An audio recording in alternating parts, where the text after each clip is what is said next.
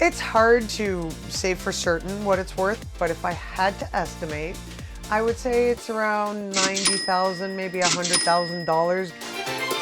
My name is Stephanie, and I collect My Little Pony. Come on in. Welcome to the Pony Room. Realizing and recognizing that I'm autistic, patterns and having things the same, it's like a sense of comfort. So always having My Little Pony and having that not change, I think it just created a safe space for me. Even if I was having a bad day, I could come home and think about ponies. Cotton candy, butterscotch, minty, snuzzle, bluebell, and blossom. I don't necessarily remember which ones I got first or in what order, but I carried around two specifically. This was Peppermint Crunch in my hand, and that's me and my sister. My Little Pony for me was really the first thing that I was able to hyperfixate on that didn't stop. The hyperfixation just grew.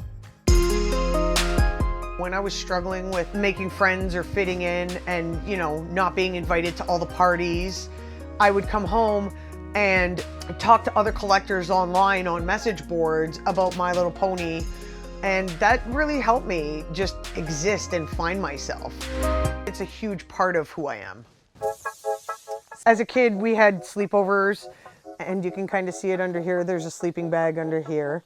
My Zia, or aunt, she actually knit me this sweater, a rainbow dash on the back, and it's one of a kind. Nobody else in the world has this rainbow dash sweater.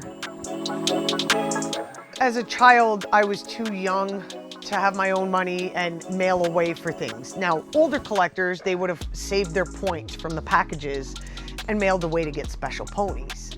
So in the 2000s, when G3 came out, they also had a program where you could cut out points, and the only thing that I mailed away for was this giant 3-foot tall pony, Frilly Frocks.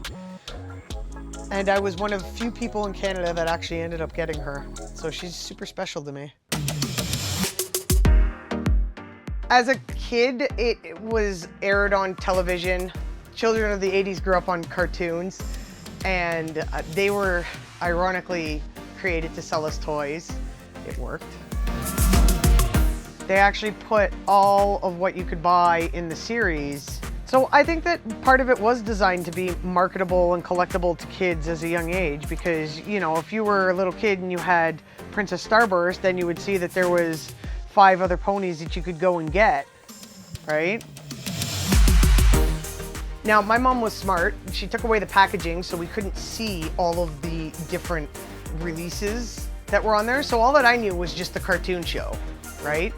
As an adult, when Google was invented, I was wanting to Google search things, and one day I just put in My Little Pony out of sheer curiosity in the library, and I came across a webpage and realized how many there were, and that was the end. I wanted them all. If we go this way, it's the Generation 1 collection. The first 2 ponies that were released are up here. They were released in 1982, and then the following year, they came out with the original 6. Obviously, I'm a mint in box collector first, but I also enjoy them loose and how they look loose, but most of these were thrifted. So I just go and I check thrift stores and I get them maybe a bag for like $3.99. You don't need to spend a lot of money to have a good collection. A lot has changed from when I was a kid, and of course, really being into anything passionately or on a level this deep or strange to society was not accepted or not okay.